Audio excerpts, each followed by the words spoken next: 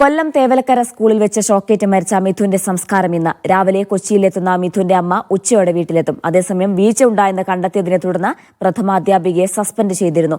അന്വേഷണ റിപ്പോർട്ടുകൾ ലഭിക്കുന്നതിന്റെ അടിസ്ഥാനത്തിൽ കൂടുതൽ പേർക്കെതിരെ നടപടിയുണ്ടാകും. ഷോക്കേറ്റ് മരിച്ച മിഥുന്റെ അമ്മ സുജ രാവിലെ 9 മണിയോടെ കുവൈത്തിൽ നിന്ന് നെടുമ്പാശ്ശേരിയിലെത്തും.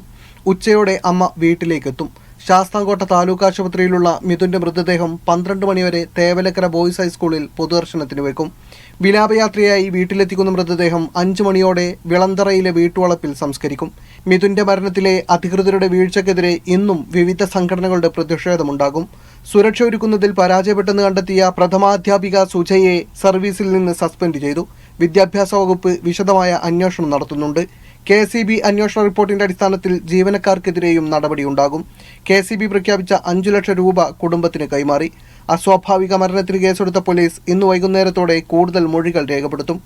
മാനേജ്മെന്റ് പ്രഥമാധ്യാപികയെ ബലിയാടാക്കി രക്ഷപ്പെടാനാണ് ശ്രമിക്കുന്നതെന്നാണ് പ്രതിപക്ഷ സംഘടനകളുടെ ആരോപണം. സ്കൂളിന് കുറുകെയുള്ള വൈദ്യുതി ലൈൻ മാറ്റിസ്ഥാപിക്കാനുള്ള നടപടിയും ഉടൻ ആരംഭിക്കും.